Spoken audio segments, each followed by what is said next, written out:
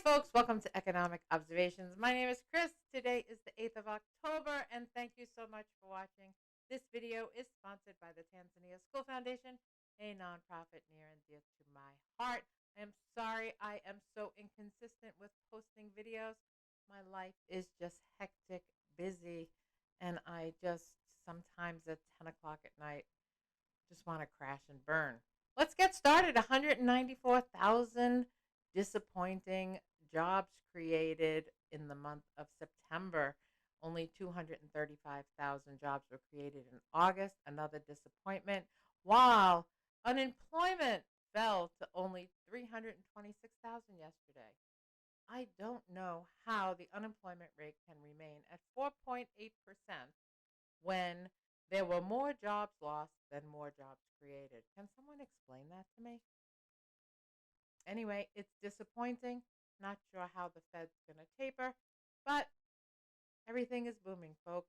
Also, they kicked the can down the road just by 6 weeks and extended the debt ceiling until early December.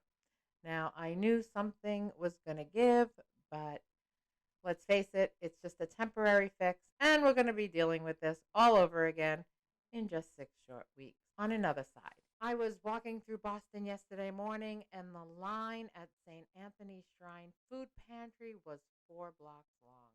Yep, 4 blocks, mostly from Chinatown. A lot of Chinese people with their little cart going to collect food. So there is still a huge problem with food insecurity. And thankfully for these food pantries, they are helping hundreds, if not thousands of people in the Boston area. I was quite surprised by the length of the line. Also, I was at Walmart today and I noticed that it was fully stocked. Yeah, fully stocked. But every bicycle rack was full. All the shelves were full with toys. All the camping gear was fully stocked, and I was quite surprised.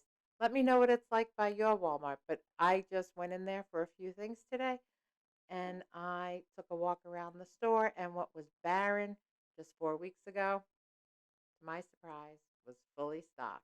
But if you need to get that bicycle for a little one for Christmas, I would buy it now because I am not sure that they are going to restock once this inventory is gone. Now I'm going to tell you a little story. All right, so yesterday I spent the day in Boston. I was walking around town and I was getting some work done. And I walked by a young girl sitting outside of Macy's in downtown Crossing, if anybody is familiar with Boston. And I walked by her, and then I turned around after about 10 steps and I walked back. And I said to her, "How did you get here?" Meaning, how did you become homeless? She was obviously homeless, a young girl, could be my daughter. She was sitting there by herself.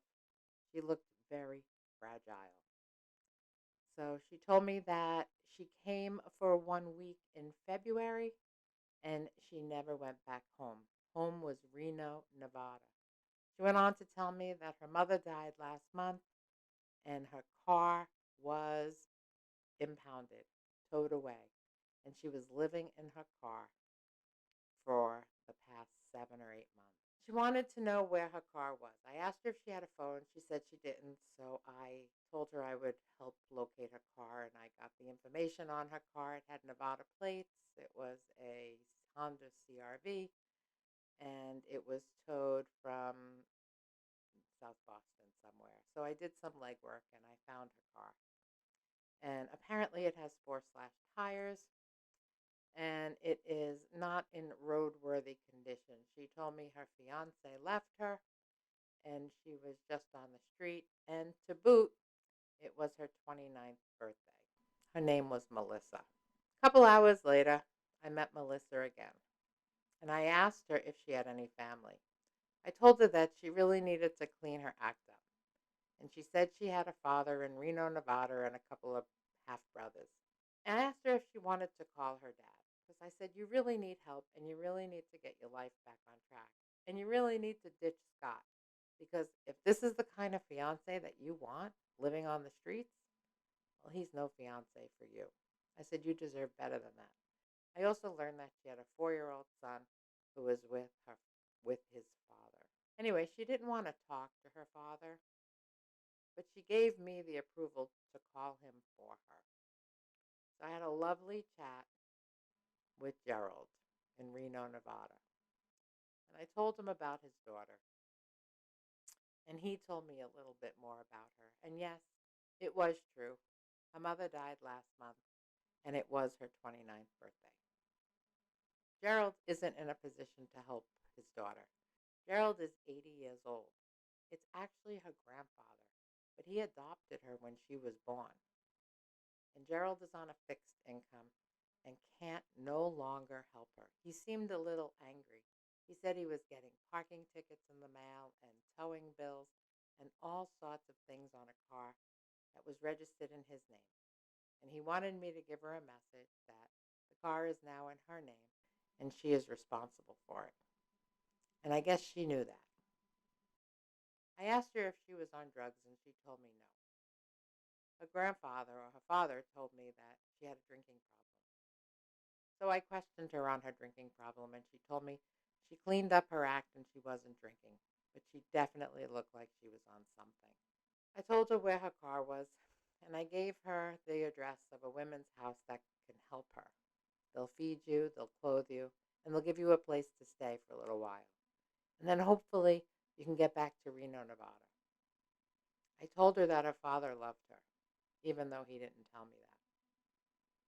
I told her that his dying wish would be to see her again, cleaned up and responsible with a 4-year-old son. I said, wouldn't you like to give your father that, before he dies, that gift? The gift of his daughter? At one point, Melissa started crying. Melissa's vulnerable. Melissa is with the wrong person. Melissa is living on the streets of Boston. I felt sorry for her, but people get swept up and caught up in a life that they don't really want. Later on that day, when I was driving home from Boston, Melissa's brother called me. He said that my father said that this phone number had called him. He wanted to know what I knew about her and how I was involved. And I said I was just a passerby. And something just stopped me and asked me to talk to her. Melissa told me I was the first person to stop by and talk to her from Boston. She thought Bostonians were unfriendly and mean people. Melissa was relieved to talk to me.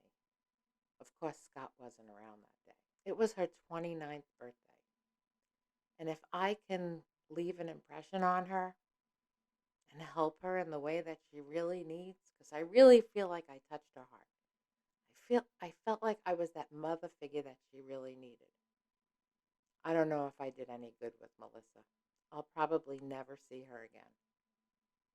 But I can only hope. If she was in a crowd of people, I probably wouldn't have stopped to talk to her. But there she was, sitting outside of Macy's all by herself. Her brother told me she is on heroin, and that's another problem. Melissa wanted her car back, she told me, because it was the last thing her father gave her, and she wanted to cherish it. But like her brother told me, the tires were slashed and a drug deal gone bad. How do people end up like this? Just 4 years ago, she gave birth to a son. She had a boyfriend, a job, and was living a decent life according to her family. And today, Melissa is on the streets of Boston with some guy that told her he would take her for a week, and it's been now 8 months. Life can change in a minute, and don't take it for granted. There are homeless people out there that don't choose to be homeless. Anyway, I don't know why I'm sharing this story with you. I just hope that each one of us can make a difference in the lives of somebody. I didn't give Melissa a dime. Instead, I showed her that I cared. And sometimes that's all that matters. The world we live in is upside down today. Really crazy. The economy is strange. The politics are divided. You have a pandemic going on that seems to be traveling around the country at different times. There's different belief systems, but we're all human. And we should all look out and care for one another. All right? Don't be divided. Be united. We live in the greatest country in the world. And sometimes it's not about money. Sometimes it's just about a listening ear to someone who may need you when you least expect it. And I really hope that Melissa gets her life together. And I pray she does see her grandfather again. I hope the cold months in Boston that lie ahead don't get the best of her. But maybe if you can give someone the courage to change, they will. Or maybe I'm just being too damn optimistic. I don't know. I guess my little podcast is over. Keep the faith, folks, and be kind, and call someone and tell them you love them. I look forward to talking to you all soon. Have a great day, and thanks for watching.